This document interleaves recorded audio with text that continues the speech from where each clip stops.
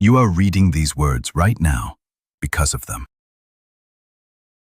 Every letter, every syllable, every thought ever committed to paper or screen, it all traces back to a people whose name most cannot pronounce and whose cities Rome turned to ash.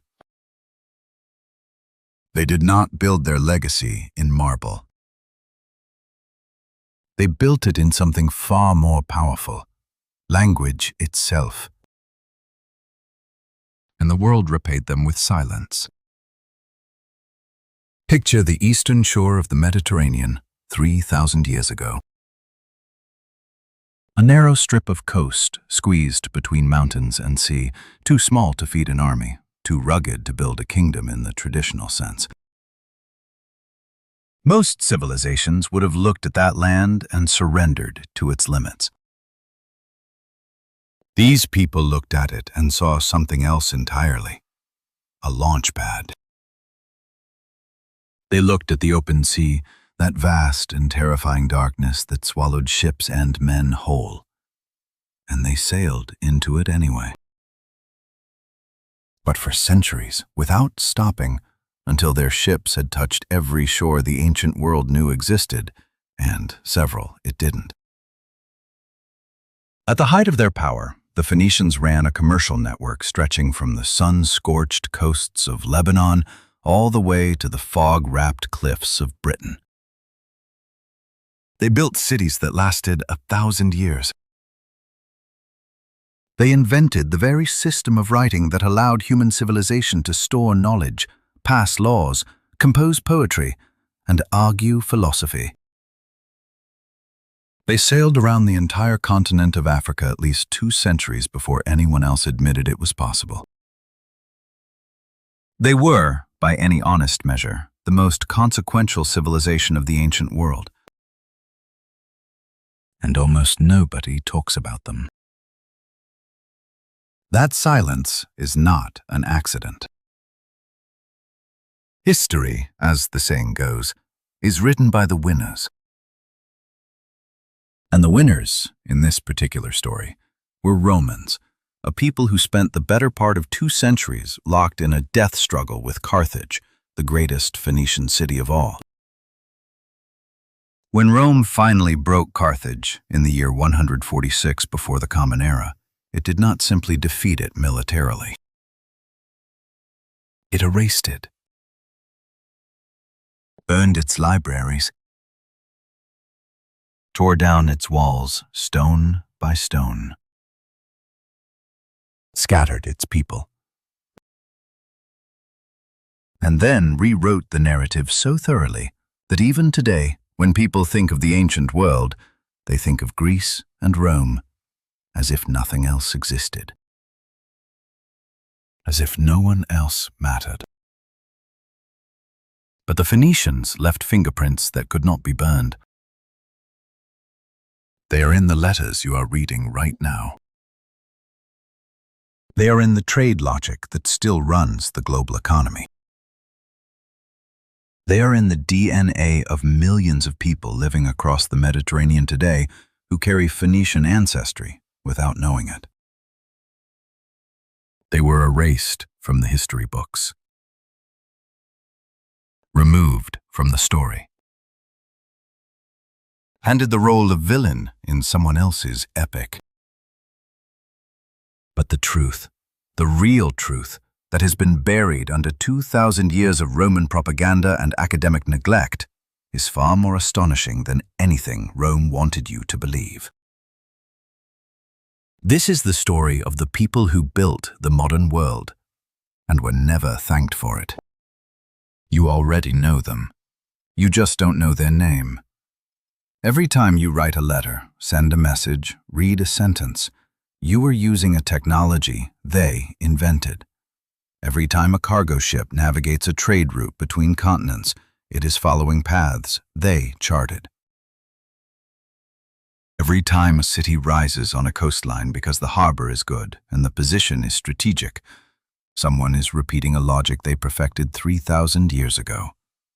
The Phoenicians are everywhere, and somehow, against all reason, they are nowhere in the story we tell about where civilization came from. Let me give you a number that should stop you cold. By the time Rome was still a collection of mud huts on 7 hills, the Phoenicians had already been running a sophisticated, continent-spanning commercial empire for 500 years. 5 centuries of trade, navigation, city building, and cultural export before Rome had figured out how to make a decent road. They were the dominant civilization of the Mediterranean world during one of the most consequential periods in human history, the age when writing spread, when cities multiplied, when the idea of organized long-distance commerce was still new enough to be revolutionary. And they were at the center of all of it, not on the edges, not as supporting characters, at the absolute center. So here is the question that has been gnawing at me for years, the one that made me go deeper and deeper into this story until I couldn't stop. If the Phoenicians were that important, why does the average educated person today know almost nothing about them? Ask someone to name 5 Greek philosophers, they'll manage it. Ask them to name 5 Roman emperors, easy. Ask them to name a single Phoenician king, a single Phoenician text, a single Phoenician idea, and you get silence. Maybe a vague reference to Carthage, maybe Hannibal if they've seen a documentary. But the civilization behind those things? The people who built Carthage, who produced Hannibal, who gave the world the alphabet that Greeks and Romans then used to write everything we now consider classical culture? Gone. Erased. Reduced to a footnote. That erasure did not happen by accident, and it did not happen gradually. It was a deliberate, systematic act of historical destruction carried out by Rome after it annihilated Carthage in the year 146 before the Common Era. When Roman legions razed Carthage to the ground, and I mean that literally, they tore down every building and burned what was left. They did not just destroy a city. They destroyed the archives, the libraries, the religious texts, the administrative records, the literary tradition. Everything that a civilization uses to tell its own story was reduced to ash. And then the Romans wrote the replacement story themselves. A story in which the Phoenicians were either irrelevant or villainous, and in which Rome was the natural heir to everything worth inheriting from the ancient world. It was the most successful propaganda operation in history. We are still living inside it. But here is what that propaganda could not erase: the physical evidence, the DNA, the linguistic fingerprints, the archaeological record that has been clawing its way back to the surface for the last 2 centuries as modern scholars have dug through the ruins of Tyre, Sidon, Byblos, Carthage, and dozens of Phoenician colonial sites stretching from Cyprus to Spain. And what that evidence shows is staggering. The Phoenicians were not a minor trading culture that happened to invent a useful writing system. They were the connective tissue of the ancient world, the people who linked Egypt to Greece, Greece to Spain, Spain to Britain, Britain back to the Levant. They were the ones who moved not just goods, but ideas, technologies, artistic styles, and religious concepts across a world that would otherwise have remained a collection of isolated, inward-looking cultures. Without them, the ancient world does not connect. It fragments. And without that connection, the classical civilizations we celebrate, Greece, Rome, even early Christianity, develop differently, more slowly, if at all. Now, I want to be precise about something, because this is where a lot of popular accounts go wrong. When we say Phoenicians, we are using a Greek label, the word Phoenikes, which the Greeks used to describe the people of the Canaanite coast, the narrow strip of land that today corresponds roughly to Lebanon and the northern coast of modern Israel. The Phoenicians themselves did not call themselves Phoenicians. They identified by their city: Tyrians, Sidonians, Biblians. They were not a unified nation-state with a single king and a single flag. They were a loose network of city-states, each fiercely independent, each with its own political structure, but all sharing a language, a culture, a religion, and above all, a seafaring commercial tradition that made them the most recognized traders in the ancient world. Think of them less like a modern country and more like a network, decentralized, adaptive, resilient, and extraordinarily effective precisely because no single point of failure could bring the whole thing down. And that network, at its peak, was genuinely global by the standards of the ancient world. Phoenician ships had reached Britain by 1000 before the Common Era, trading for Cornish tin. They had established colonies along the North African coast, in Sicily, in Sardinia, in Spain. Their most famous colony, Carthage, founded, according to tradition, around 814 before the Common Era, would eventually become the largest and wealthiest city in the Western Mediterranean. One ancient source, and yes, the sourcing here comes almost entirely through Greek and Roman writers, which is itself part of the problem, claims that a Phoenician fleet commissioned by the Egyptian pharaoh Necho II actually circumnavigated the entire African continent around 600 before the Common Era. For centuries, scholars dismissed this as fantasy. Then they noticed the detail that the ancient account includes almost as a throwaway, that at a certain point during the voyage, the sun was on the wrong side, to the north instead of the south. That is exactly what you would observe if you were sailing west along the southern coast of Africa, below the equator. Nobody in the ancient Mediterranean would have known to invent that detail. It is the kind of thing you only know if you were there. This is the story I am going to tell you, not the sanitized version, not the version where the Phoenicians are just a stepping stone on the way to the Greeks and Romans. The full version, with all its complexity and its horror and its genuine, world-altering brilliance.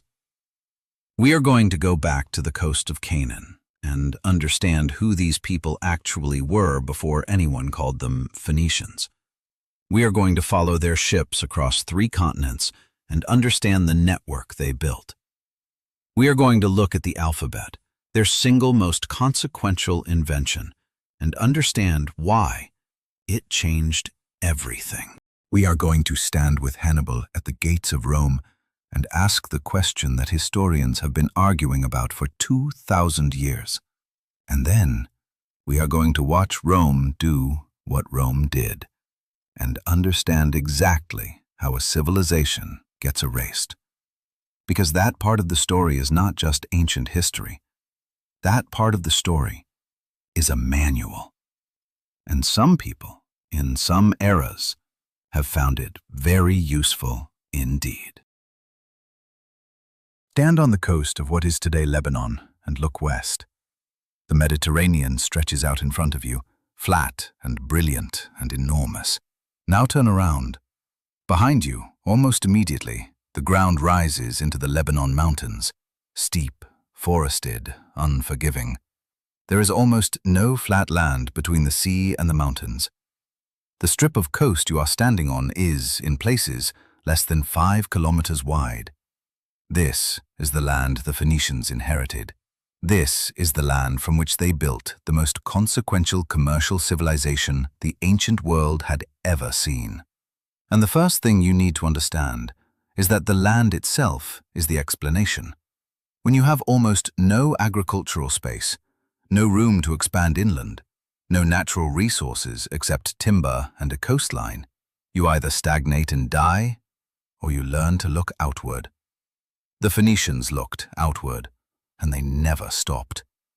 The cities that would become the heart of Phoenician civilization, Byblos, Sidon, Tyre, were already ancient by the time the Bronze Age collapsed around 1200 before the Common Era. Byblos had been trading with Egypt for so long that the Egyptians used the city's name as their word for papyrus, and eventually for books themselves. Think about that for a moment.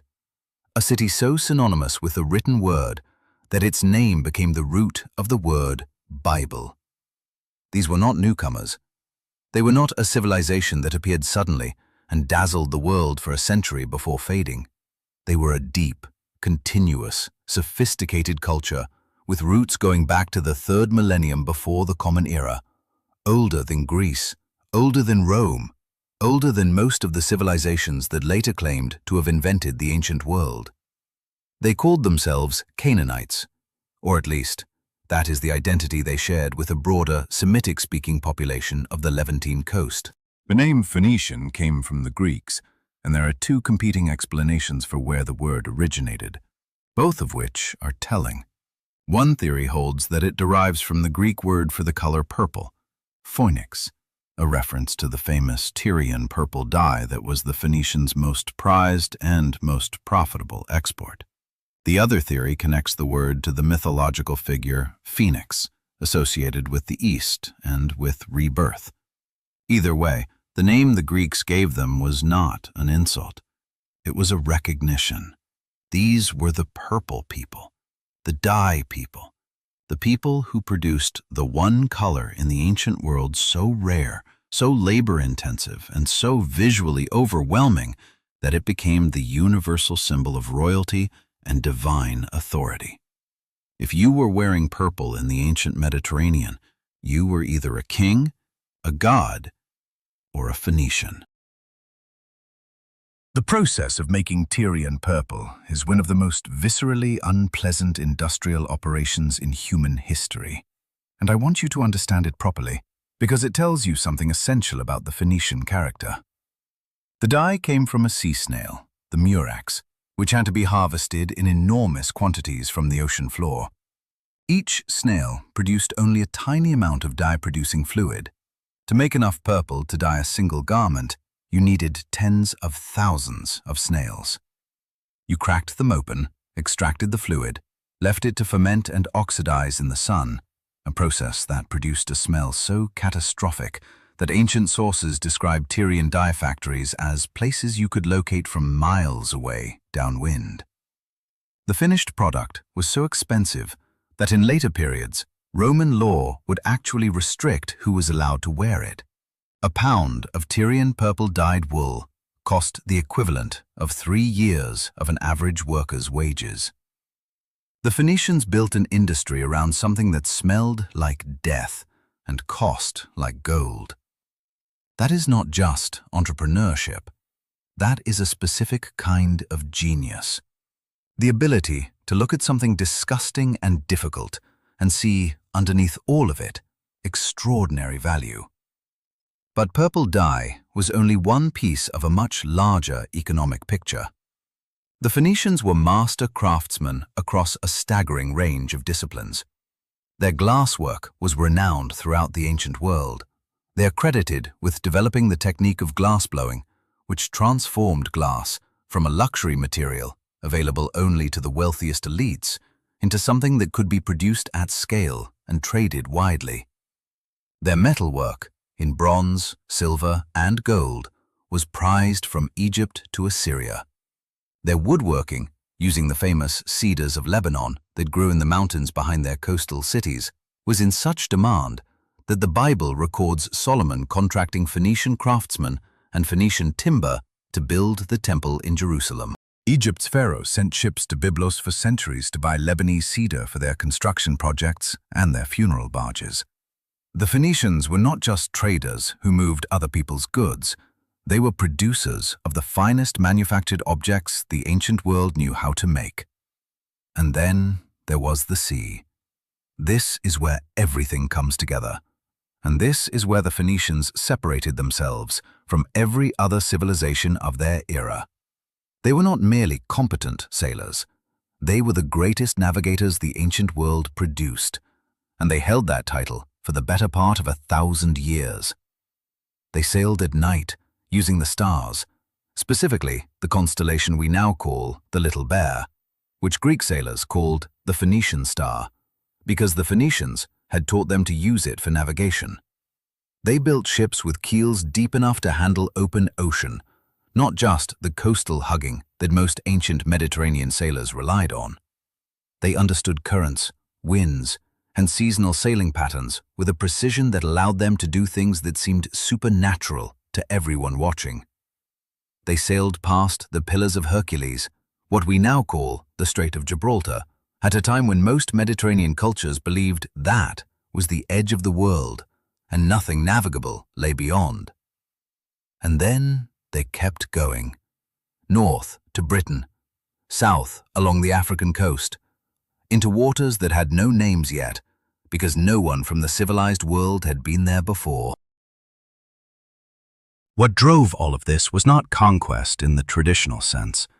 The Phoenicians were not interested in building an empire the way Assyria or Egypt or later Rome understood empires.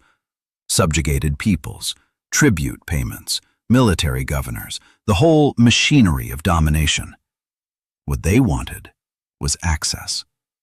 Access to raw materials, access to markets, access to the trade routes that connected the resources of one region to the appetite of another. When they established a settlement on a foreign coast, they were not planting a flag and claiming territory. They were opening a trading post, building a harbor, establishing a relationship. The Latin word for their settlements, factoria, is the direct ancestor of our word factory. They were not colonizers in the Roman sense. They were, to use a modern analogy, franchisees. They set up nodes in a network, and the network was the point. This distinction matters enormously because it explains something that consistently baffled and irritated their rivals. The Phoenicians were genuinely good at making the people around them want to do business with them. They brought goods that local populations could not produce themselves. They offered skills, shipbuilding, metalworking, dyeing, glassmaking, that elevated the technological level of wherever they settled. They intermarried with local populations, adopted local gods alongside their own, and generally made themselves useful in ways that created loyalty rather than resentment. It was not altruism, it was strategy. A trading network only works if the nodes stay stable, and nodes stay stable when the people living in them have a reason to keep them running. The Phoenicians understood this with a clarity that most military empires never managed. You can hold a province with soldiers for a generation. You hold a trading relationship with mutual benefit for centuries. Here is something that should fundamentally reframe how you think about ancient history. For most of the period, between 1200 and 146 before the Common Era, over 1,000 years, if you wanted to move anything of value across the Mediterranean world, you needed the Phoenicians. Not because they had a monopoly enforced by military power, not because some king had signed a decree giving them exclusive trading rights, but because they were simply better at it than everyone else. They knew the routes. They had the ships. They had the ports. They had the relationships. They had the credit networks. And they had something even more valuable than all of those combined, a reputation for showing up, delivering the goods, and not cheating you into the ground. In the ancient world, that last item was rarer than Tyrian purple. To understand the scale of what they built, stop thinking about trade routes as lines on a map, and start thinking about them as something closer to the internet. Each Phoenician city-state was a node. Each colony was a server.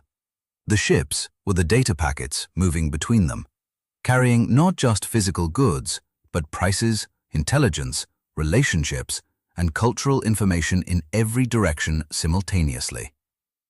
Tyre, the greatest of the Phoenician cities, sat at the center of this network like a router, managing traffic across 3 continents. From Tyre, routes ran south to Egypt and the Red Sea, east into Mesopotamia and Persia, north through Anatolia toward the Black Sea, and west, always west, through Cyprus, Crete, Sicily, Sardinia, the coasts of North Africa and Spain, and eventually past the Pillars of Hercules into the Atlantic. No single city in the ancient world had more threads running through it. No single people had their hands on more of what the world needed. And what did the world need? Everything. Egypt had grain and linen and gold, but needed timber.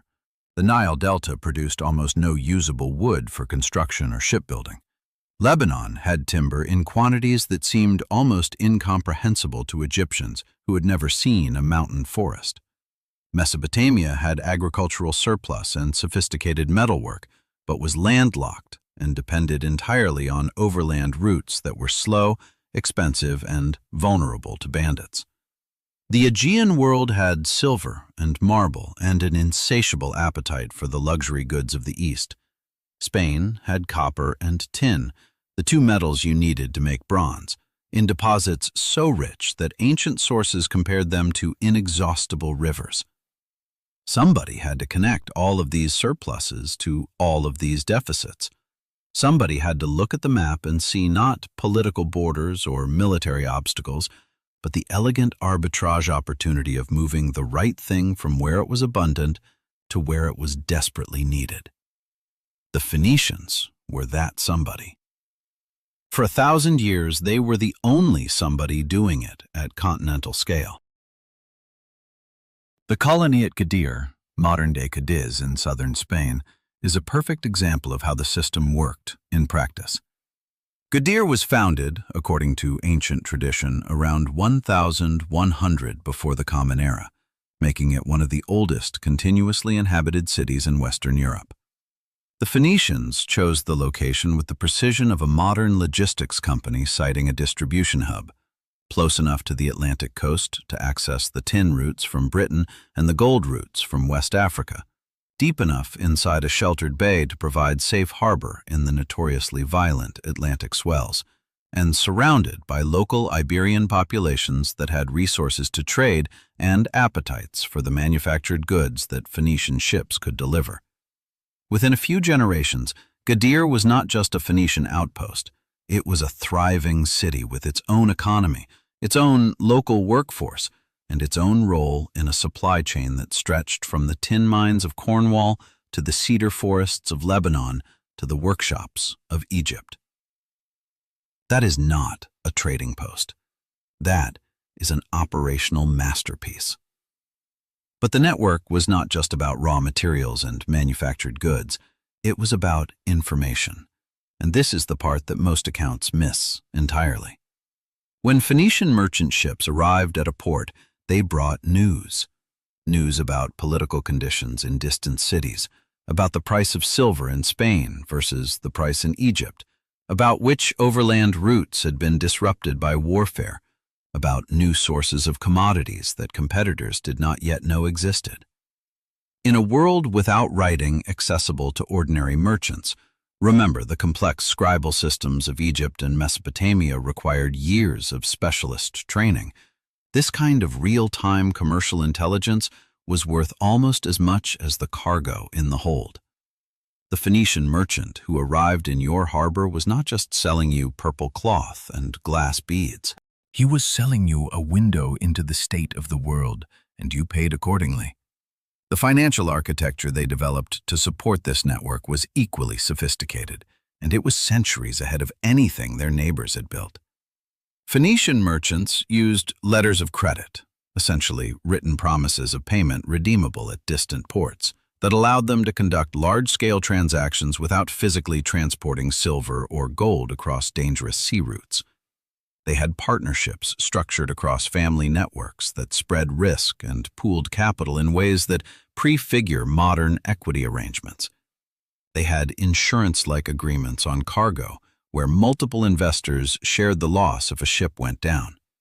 When you read about these mechanisms, there is a strong temptation to see them as primitive precursors to modern finance. Do not make that mistake. These were not primitive anything. These were rational, elegant solutions to the problem of conducting commerce at scale across enormous distances with limited communication technology. The fact that we reinvented similar tools 2,000 years later does not make the original versions less sophisticated. it makes them more impressive. Now here is the moment in this story where I need you to hold two things in your head at once. The Phoenicians built all of this extraordinary, continent-spanning, millennium-long commercial civilization, without a standing army worth mentioning. They had no legions, no war machine, no systematic policy of conquest and subjugation. Their cities were defended when they had to be, and they could field fleets that were formidable in the right circumstances, but military domination was never the tool they reached for first. And this created a vulnerability that their rivals would eventually exploit with devastating effect. A network held together by mutual benefit and reputation is extraordinarily resilient against normal commercial competition. It is not resilient against someone who decides to stop playing the game entirely and simply burn everything down. The Phoenicians spent 1,000 years building a world where trade was more valuable than war. They were right, and it worked, until they ran into a civilization that had decided the opposite. But before we get to the destruction, we need to spend more time with the creation, because the most important thing the Phoenicians ever exported was not purple dye or cedar timber or Cornish tin. It was not even their ships or their navigation techniques. It was something so fundamental, so world-altering, that every civilization that received it was transformed by it within a generation. It was 22 marks on clay, stone, or papyrus. 22 shapes that could be combined and recombined to represent any sound, any word, any thought, any idea that a human mind could produce. It was the alphabet. And the story of how it happened and what it unleashed is the part of this history that should genuinely keep you up at night. Before the Phoenicians, writing was a weapon of the elite. Not metaphorically, literally. In Egypt, the hieroglyphic system contained hundreds of distinct symbols, each requiring years of specialist training to master. In Mesopotamia, cuneiform script, pressed into clay tablets, was the exclusive domain of a professional scribal class who spent their entire careers learning to read and write with any competence. In the Aegean world, the linear B script used by Mycenaean palace administrators was so complex that even the bureaucrats who used it daily could only handle a narrow range of administrative tasks with it. Writing, in the ancient world before the Phoenicians, was a tool that concentrated power. It allowed kings to issue decrees, priests to preserve ritual texts, and palace administrators to track grain inventories. What it did not do, what it was structurally incapable of doing under those systems, was allow an ordinary person to pick it up and use it. The barrier to entry was simply too high. Writing was not for people. It was for institutions. The Phoenician alphabet demolished that barrier completely. 22 consonantal signs, no ideograms, no syllabic complexity, no specialist training required beyond learning the basic shapes and their corresponding sounds. A reasonably intelligent adult could achieve functional literacy in weeks rather than years. A child could learn to read and write before adolescence. And once you could read and write, you could do something that had been essentially impossible for the vast majority of human beings in all of prior recorded history. You could put your own thoughts in your own words in a permanent form that could travel to places you had never been and survive you by centuries. The Phoenician alphabet was not just a more efficient writing system. It was the democratization of human communication. It was the invention that made every other intellectual achievement of the last 3,000 years possible.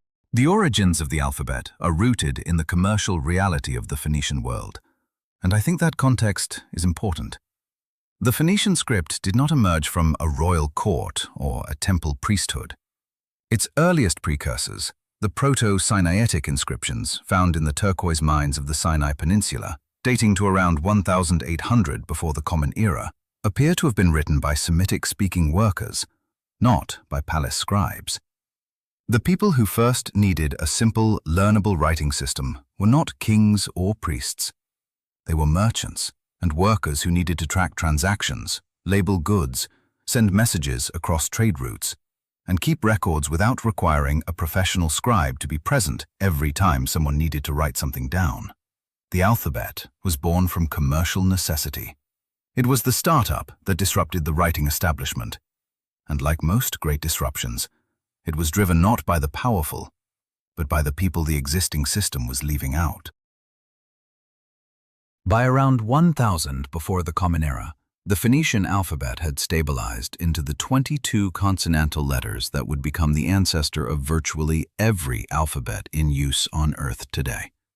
The Greeks adopted it, probably somewhere around the 9th or 8th century before the Common Era, and made one crucial modification. They took several Phoenician letters that represented consonantal sounds that did not exist in Greek and repurposed them as vowels. That adaptation produced the Greek alphabet, which was then adapted into Latin, which became the script you are reading right now. The same Phoenician base going east was adapted into Aramaic, which spawned Hebrew, Arabic, and eventually the scripts of India and Southeast Asia. The Cyrillic alphabet, the script used for Russian, Bulgarian, Serbian, and dozens of other languages, is a descendant of the Greek alphabet, which is a descendant of the Phoenician alphabet. The Ethiopian script, the Armenian script, the Georgian script, all trace back through various intermediaries to those 22 Phoenician consonants first carved into stone by Semitic-speaking miners in the Sinai Desert. More than 4 billion people alive today use writing systems that descend directly from the Phoenician alphabet. 4 billion people, carrying a Phoenician invention in their hands every single day, with no idea where it came from. Now, here is where I want you to sit with something genuinely uncomfortable. The Greeks, who we celebrate as the founders of Western intellectual culture, the inventors of philosophy, democracy, tragedy, history as a discipline, and the scientific method, could not have done any of it without the Phoenician alphabet. Plato's dialogues, written in an alphabet the Greeks got from the Phoenicians. Herodotus, the father of history, same alphabet. The Iliad and the Odyssey, the foundational texts of Western literature. The earliest versions we have are written in the Greek adaptation of the Phoenician script. Every philosophical argument, every democratic debate, every theatrical performance that was written down and preserved and handed across the centuries to eventually become the bedrock of what we call Western civilization. All of it, encoded in a writing system invented by a people that same civilization would later systematically erase from the historical record. That is not irony. That is something darker than irony. That is a civilization eating its own parents and then pretending to be self-created. To their credit, the ancient Greeks knew exactly where the alphabet came from. They called it the Phoenician letters, Phoenicia grammata, and they attributed its introduction to Greece to a legendary figure named Cadmus, a Phoenician prince who, according to myth, sailed from Tyre and founded the city of Thebes. Herodotus, writing in the 5th century before the Common Era, states plainly that the Phoenicians who came with Cadmus introduced many arts to the Greeks, including the alphabet. He even expresses personal gratitude. This acknowledgement is remarkable because it represents one of the few moments in ancient Greek writing where the debt to Phoenicia is stated openly rather than minimized or ignored. The Romans, who came later and who had far stronger reasons to erase the Phoenician legacy, were considerably less generous in their attribution. By the time Rome had finished with the historical record, the Phoenicians had been reduced to villains and footnotes, and the alphabet had become, in the popular imagination, essentially a Greek invention that the Romans had helpfully passed on to civilization. But the reach of the Phoenician alphabet goes even further than the written word. And this is the detail that I keep coming back to because it changes the way you have to think about intellectual history. The ability to write things down, easily, accessibly, without needing a specialist, transformed not just communication, but cognition itself. When you can write, you can think differently. You can externalize complex chains of reasoning onto a surface and manipulate them in ways that working memory alone cannot support. You can build arguments that extend across more steps than any unassisted human mind can hold simultaneously. You can accumulate knowledge across generations, not just through oral tradition, which degrades and mutates with each retelling, but through fixed texts that can be copied, checked, and corrected. Philosophy, as the Greeks practiced it, systematic, written, argumentative, cumulative, is not possible without literacy. Democracy, as the Athenians practiced it, with written laws, written records, written ballots, is not possible without literacy. As we understand it, with written hypotheses, written experimental records, written peer review, is not possible without literacy. The Phoenician alphabet did not just give the world a better writing system, it gave the world the cognitive infrastructure for everything we now consider advanced human civilization. If you enjoy having your understanding of history completely rearranged, consider subscribing, because this channel exists precisely for stories like this one, the ones buried under layers of received wisdom, the ones where the real explanation turns out to be far more interesting than the version you were handed in school. And I promise you, what is coming next in this story makes everything we have covered so far look like the introduction it is. In the year 814 before the Common Era, according to the founding legend, a Phoenician princess named Elissa fled the city of Tyre with a group of followers, a fleet of ships, and a story that would become one of the most retold origin myths of the ancient world. Her brother Pygmalion, king of Tyre, had murdered her husband to seize his wealth, and Elissa, whom the Romans would later call Dido, understood with crystalline clarity that the next murder would be hers. So she left. She sailed west across the Mediterranean with everything she could carry and everything she could convince others to bring. And when she landed on the North African coast near what is today the city of Tunis, she did something that the ancient sources describe with almost suspicious cleverness. She negotiated with the local Berber king for as much land as could be covered by a single ox hide. He agreed, presumably thinking this was a trivially small amount of territory. Elissa then cut the ox hide into the thinnest strips possible and laid them end to end in a great circle around a hilltop that commanded the entire surrounding harbor. The Berber king, by all accounts, was impressed enough to honor the deal. On that hilltop, Elissa founded Carthage, Karth Hadasht in Phoenician, meaning new city. And the new city would, within 5 centuries, become the most powerful urban center in the Western Mediterranean world. Carthage began as a Phoenician colony, a daughter city of Tyre, and for its first few centuries it functioned within the broader Phoenician commercial network exactly as its founders intended, as a strategic node controlling access to the Western Mediterranean, the Atlantic trade routes, and the rich agricultural hinterland of North Africa. But around the 6th century before the Common Era, something shifted. Tyre itself was being squeezed, first by Assyrian pressure from the east, then by Babylonian siege, and finally by the conquest of the entire Levantine coast by Persia. The mother cities of Phoenicia were weakening, and into that vacuum Carthage stepped. It did not simply inherit the Phoenician network.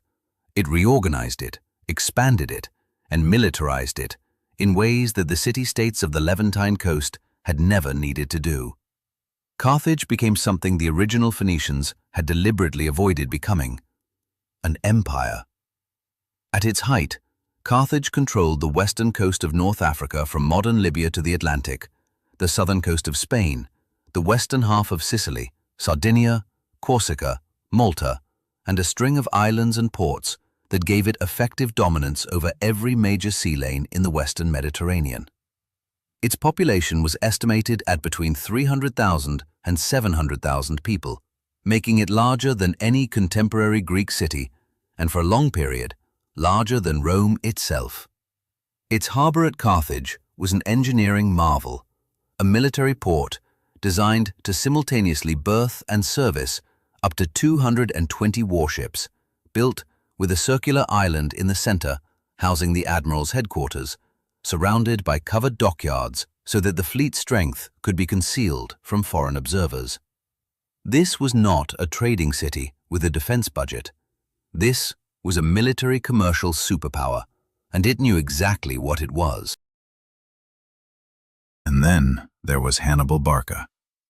I want to be very careful here because Hannibal is one of those historical figures who has been so thoroughly processed by centuries of Roman storytelling, which always cast him as the monster at the gates, that extracting the actual human being from the mythology requires real effort. What the evidence shows, stripped of the Roman framing, is a military commander of such extraordinary ability that serious historians still study his campaigns as operational masterclasses more than 2,000 years later. He was born around 247 before the Common Era, the son of Hamilcar Barca, a Carthaginian general who had fought Rome to a standstill in the First Punic War and never forgiven the peace terms that ended it. According to the most famous story of his childhood, told, it must be said, by Roman sources with an obvious interest in framing Carthage as Rome's eternal enemy, young Hannibal begged his father to take him to war in Spain, and Hamilcar agreed only after the boy swore on the altar of the gods that he would be Rome's enemy as long as he lived. Whether the story is literally true or legendary elaboration, the trajectory of Hannibal's life suggests he took the oath seriously. What Hannibal did in 218 before the Common Era should, by any rational military calculation, have been impossible. He gathered an army in Spain, estimates range between 50,000 and 100,000 men, along with 37 war elephants, and marched them across the Pyrenees, through southern Gaul, and then across the Alps in late autumn, a crossing that killed a catastrophic proportion of his men and nearly all his elephants to hypothermia, altitude sickness, and ambushes from mountain tribes. The Romans, monitoring Carthaginian movements, assumed that any competent general would sail directly to Italy from Spain or North Africa. The idea of crossing the Alps with an army, in winter, without secure supply lines, through hostile territory, was so tactically insane that Rome had not seriously prepared defenses for it. Which was, of course, exactly why Hannibal did it. He arrived in northern Italy in 217 before the Common Era with a reduced but battle-hardened army, and immediately began one of the most devastating military campaigns in ancient history. Lake Trasimene, the Trebia River, and then Cannae. The Battle of Cannae in 216 before the Common Era is still taught at military academies around the world as the definitive example of a double envelopment, a tactic in which the attacking force surrounds the enemy on multiple sides simultaneously, turning numerical disadvantage into catastrophic encirclement. Hannibal faced a Roman army of somewhere between 60,000 and 80,000 soldiers. He had perhaps 50,000. He deliberately weakened his center, allowed the Romans to push through it, and then swung his stronger flanks around to close behind them. In a single afternoon, between 50,000 and 70,000 Roman soldiers were killed, one of the highest single-day death tolls in the entire history of ancient warfare. Rome lost, in one battle, a significant fraction of its adult male citizenry. The Senate met in near panic. Some members proposed abandoning the city entirely, and Hannibal stood in southern Italy, having just delivered the most devastating defeat in Roman military history, with the road to Rome open in front of him. And he did not march on Rome. This is the decision that historians have been arguing about for 2,000 years, and I am not going to pretend there is a clean answer, because there is not. His generals urged him to advance immediately. His cavalry commander, Hannibal, reportedly said, and again, this comes through Roman sources, which gives it a particular flavor, "Hannibal, you know how to win a victory. You do not know how to use one." Hannibal chose instead to consolidate control of southern Italy, hoping that Rome's Italian allies would defect and that Carthage would send reinforcements. The allies were slower to defect than expected. Carthage sent reinforcements that were too small and too late. And Rome, doing what Rome did better than anyone in the ancient world, refused to break. It absorbed the catastrophe, rebuilt its legions, changed its tactics, and began the long, grinding war of attrition that Carthage, without the ability to replace its losses in Italy, could not ultimately win. Hannibal spent 15 years in Italy, undefeated in the field, winning battle after battle, and slowly watching his strategic situation deteriorate until he was recalled to Africa to face a Roman invasion. At Zama in 202 before the Common Era, he lost. For the first and only time in his career, Hannibal Barca was beaten in open battle. It was the end of Carthage as a great power. But it was not, as Rome would eventually decide, the end of Carthage as a problem. There was a Roman senator named Marcus Porcius Cato, Cato the Elder, who, in the final years of his life, developed a habit so bizarre, so obsessive, so nakedly revealing of a particular kind of political fear that it has been remembered and quoted for 2,000 years. Regardless of what was being debated in the Roman Senate on any given day, military appropriations, grain prices, road construction, diplomatic protocol, Cato ended every single speech he gave with the same sentence: Carthago delenda est. Carthage must be destroyed. Not defeated, not contained, not monitored. Destroyed. The city had been militarily broken for 50 years by the time Cato began his campaign. Hannibal was dead. The Carthaginian fleet had been stripped down to 10 warships by the peace treaty that ended the Second Punic War. Carthage was paying war reparations to Rome on a schedule that would not be completed for decades. By any rational military assessment, Carthage was no longer a threat. And yet Cato, one of the most respected and influential men in Rome, could not stop saying it.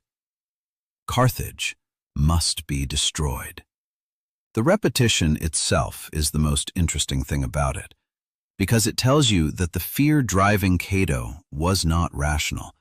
It was something deeper. It was the fear of a civilization that Rome could not quite bring itself to believe was truly finished. To understand what Rome actually did to Carthage in the year 146 before the Common Era, you need to understand what led up to it, because the trigger for the Third Punic War, the final, terminal conflict, was not a Carthaginian act of aggression. It was the opposite. Numidia, the North African kingdom that bordered Carthaginian territory and was allied with Rome, had been conducting a slow-motion annexation of Carthaginian land for years, exploiting the peace treaty's provision that Carthage could not wage war without Roman permission. Every time Carthage complained to the Roman Senate, the Senate ruled in Numidia's favor. Every time Carthage tried to negotiate, Rome found procedural reasons to delay. It was a trap, constructed with the deliberate patience of a civilization that had decided the outcome in advance and was simply waiting for a pretext. When Carthage, finally, in desperation, raised an army to defend its own territory against Numidian incursion, without Roman permission, Rome had what it needed. The treaty had been violated. War was declared. And the war that followed was not a war. It was an execution. The siege of Carthage lasted 3 years, from 149 to 146 before the Common Era. For the first 2 years, the Carthaginians defended the city with a ferocity that shocked Roman commanders who had expected quick surrender. They melted down gold and silver jewelry to make weapons.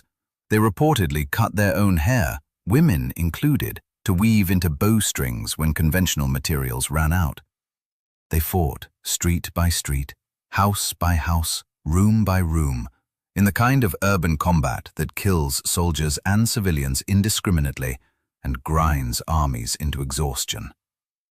The Romans lost men at a rate that embarrassed their generals and frustrated their senate. It was not until the young general Scipio Aemilianus took command and prosecuted the siege with systematic, methodical brutality that the city finally fell. The end, when it came, was total. Roman soldiers moved through Carthage for 6 days, killing everyone they found. The survivors, estimates range between 50,000 and 100,000 people, were sold into slavery. Every building was torn down. The ruins were burned. And then Rome did something that separates the destruction of Carthage from ordinary ancient warfare. It erased the record.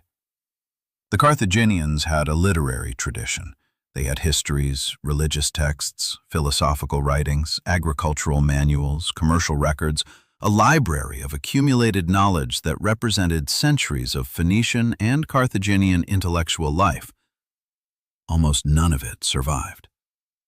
The agricultural writings of a Carthaginian scholar named Mago, described by Roman sources as an encyclopedic work on farming techniques that ran to 28 volumes, were specifically ordered to be translated into Latin by the Roman Senate because they were considered too practically valuable to destroy. Those translations survive in fragments quoted by later Roman writers. Everything else was ash. What we know about Carthaginian religion, Carthaginian literature, Carthaginian philosophy, Carthaginian history written from the Carthaginian perspective, it is almost nothing. A handful of inscriptions, some coins, archaeological fragments, the testimony of enemies. That is what remains of a civilization that lasted 700 years and controlled half the Mediterranean world at its peak.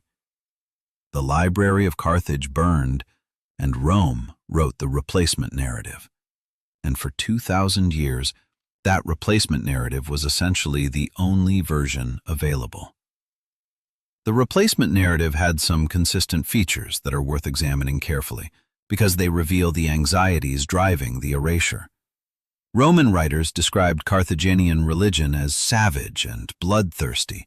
Specifically, they repeated with great frequency the accusation that Carthaginians practiced child sacrifice, burning living infants in a ritual offering to the god Baal-Hamon at a site called the Tophet. This accusation has been one of the most contested questions in Phoenician and Carthaginian scholarship for over a century. Archaeological excavations of the Tophet sites in Carthage and other Phoenician colonial locations have found urns containing the cremated remains of young children and infants, which Roman-era sources used as confirmation of the sacrifice narrative. But more recent analysis has complicated this picture significantly. Many of the remains show signs of premature birth or early infant mortality, deaths that, in an era of catastrophic childhood mortality rates, would have occurred constantly without any ritual cause.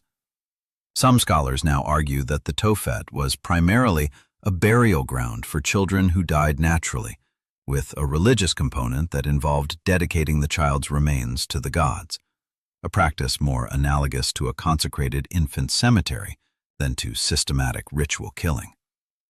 The truth is probably complex and probably varied across centuries and locations. But the Roman version, the version that survived because Rome burned the alternative, presented it as unambiguous barbarism. Because a civilization that burns its own children is easier to annihilate without guilt than a civilization that builds magnificent cities, invents the alphabet, and runs the most sophisticated commercial network the ancient world has ever seen. This is how civilizations get erased. Not just with fire and sword, though fire and sword are necessary components. They get erased by controlling the narrative afterward. By ensuring that the only voices describing the defeated culture are the voices of those who defeated it. By turning a complex, sophisticated, contradictory human civilization into a one-dimensional villain in someone else's story. The Romans were extraordinarily good at this, better, arguably, than any other ancient civilization, because they combined military dominance with genuine literary and administrative sophistication. They did not just destroy Carthage. They produced a vast, detailed, internally consistent account of why Carthage deserved to be destroyed. And they embedded that account so deeply into the intellectual tradition of Western civilization that it took archaeologists with shovels and geneticists with DNA sequencers 2,000 years to begin pulling it apart. What haunts me about this chapter of the story is not the violence. Ancient warfare was violent. Civilizations destroyed each other routinely and without apology. What haunts me is the premeditation of the cultural erasure, the deliberate, systematic effort to ensure that the Phoenician and Carthaginian version of their own history would never be heard. Someone in Rome understood that military victory was not enough, that as long as Carthage's libraries stood, as long as Carthaginian priests could recite their histories, as long as Carthaginian merchants could tell their children who they were and where they came from, the idea of Carthage would survive the destruction of the city. And so the libraries burned too. It was not an accident of war, it was the point. And the question that follows from that, the question I cannot shake, is, what did those libraries contain that Rome was so desperate to silence? Rome burned Carthage, scattered its people, silenced its libraries, rewrote its history. And then, with the self-satisfied confidence of a civilization that believed it had just resolved a problem permanently, moved on. What Rome did not understand, what no empire that has ever tried to erase a culture has fully understood, is that you cannot burn an idea that has already spread too far to contain.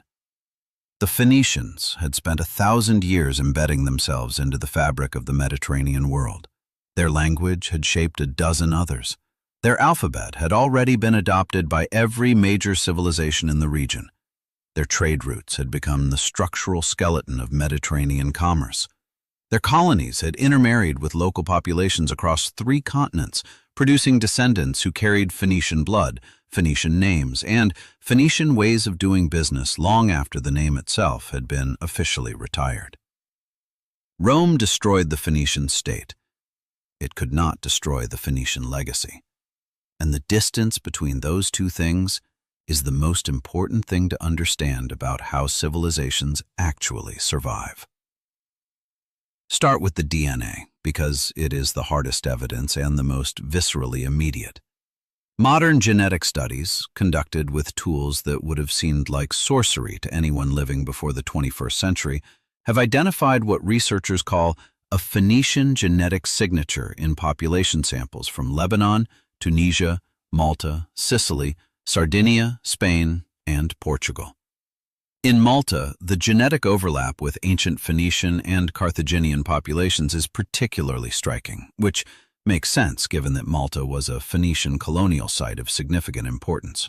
In Lebanon itself, a 2016 study found that contemporary Lebanese populations share a substantial portion of their ancestry with Bronze Age Canaanites, the direct predecessors of the Phoenicians, suggesting a deep genetic continuity that survived the conquests of Assyria, Babylon, Persia, Greece, Rome, the Arab caliphates, the Crusaders, and the Ottoman Empire. The Phoenicians were not replaced. They were layered over. And underneath all those layers, in the most fundamental biological record a human body carries, they are still there. Then there is the linguistic thread, which runs in directions most people would never think to look. The Phoenician language belongs to the Northwest Semitic branch of the Afro-Asiatic language family, the same branch that includes Hebrew and Aramaic. Hebrew and Phoenician were, in the period of their greatest use, so mutually intelligible that scholars sometimes describe them as dialects of the same language rather than distinct tongues. The Hebrew Bible, the Old Testament of Christian tradition, one of the foundational texts of Western religious civilization, was written in a language that a Phoenician merchant from Tyre would have understood without a translator. The religious and cultural connections go even deeper. The god El, the chief deity of the Canaanite pantheon from which Phoenician religion derived, has a name that survived directly into the Hebrew word for God, and from there into every language that adopted monotheistic terminology from the Abrahamic traditions. When 1 billion people today say the word Allah in Arabic prayer, or Elohim in Hebrew scripture, or the suffix El in names like Michael and Daniel and Israel, they are using a word that traces back to the theological vocabulary of the Canaanite coast. The Phoenicians did not just give the world an alphabet. They gave it some of the foundational vocabulary through which half of humanity now understands the divine. The commercial logic is equally persistent. And this is the thread I find most remarkable because it operates at the level of pure structural innovation rather than cultural transmission. The Phoenicians invented, or at least perfected and disseminated, several key mechanisms of commercial organization that are so deeply embedded in how we conduct trade today that we have completely forgotten they had an origin at all. The concept of the trading colony as a semi-autonomous commercial node rather than a military garrison, the model that the Phoenicians used to build their network, is structurally identical to the franchise model that drives a significant portion of the modern global economy. The letter of credit they developed for conducting transactions across long distances without physically transporting precious metals is the conceptual ancestor of the bill of exchange, which is the ancestor of the check, which is the ancestor of wire transfers and digital payments. The risk-sharing arrangements they used for maritime cargo, spreading the financial exposure of a single voyage across multiple investors, are the conceptual ancestors of insurance and of equity investment. None of these innovations came with Phoenician branding. None of the modern institutions that use them trace their lineage back to Tyre or Carthage in their official histories. But the logic is there, unbroken, running from a Phoenician merchant's clay tablet all the way to a derivatives trader's Bloomberg terminal. And then there is the most visible legacy of all, the one you are engaging with right now, in this exact moment, whether you are reading a transcript, watching captions, or simply processing the spoken words that were composed in an alphabet that descends directly from Phoenician script. Every letter of the English alphabet has a Phoenician ancestor. The letter A derives from the Phoenician Aleph, which was originally a pictogram of an ox head. The letter B comes from Bet, meaning house. The letter M comes from Mem, meaning water. And if you look at a capital M and think of waves, you can still see it. These are not metaphors or loose historical connections. These are direct, documented, traceable lineages in which each shape evolved from a Phoenician original through Greek and then Latin transformation into the forms you recognize today. The alphabet is the most intimate daily contact most people on Earth have with the ancient world, and almost none of them know whose hands first carved those shapes into stone. So what do we do with all of this? What does it mean that a civilization this consequential was so thoroughly written out of the story we tell about where we came from? I think it means several things simultaneously, and none of them are comfortable. It means that the historical record we have inherited is not a neutral account of what happened. It is a curated selection shaped by the agendas of the people who controlled the pen, or in the ancient world, the chisel, at the moment when the dominant narrative was being fixed. It means that the civilizations we celebrate as the foundations of Western culture, Greece and Rome, were themselves standing on Phoenician shoulders in ways they were often reluctant to acknowledge. And it means that the process of erasing an inconvenient predecessor is not some aberration of the ancient world. It is a recurring feature of how power operates across time. The Phoenicians are the most dramatic example, but they are far from the only one.